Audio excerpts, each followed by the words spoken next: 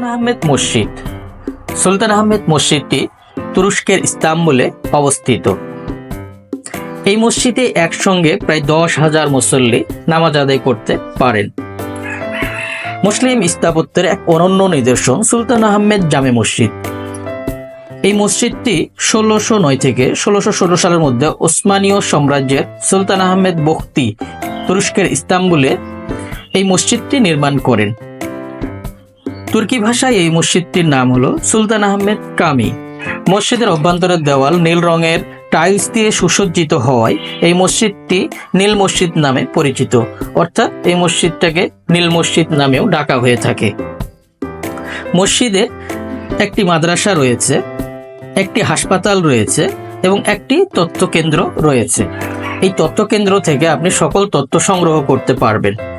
এই মসজিদে একসঙ্গে প্রায় 10,000 মুসল্লি জামায়াতের সঙ্গে নামাজ আদায় করতে পারেন।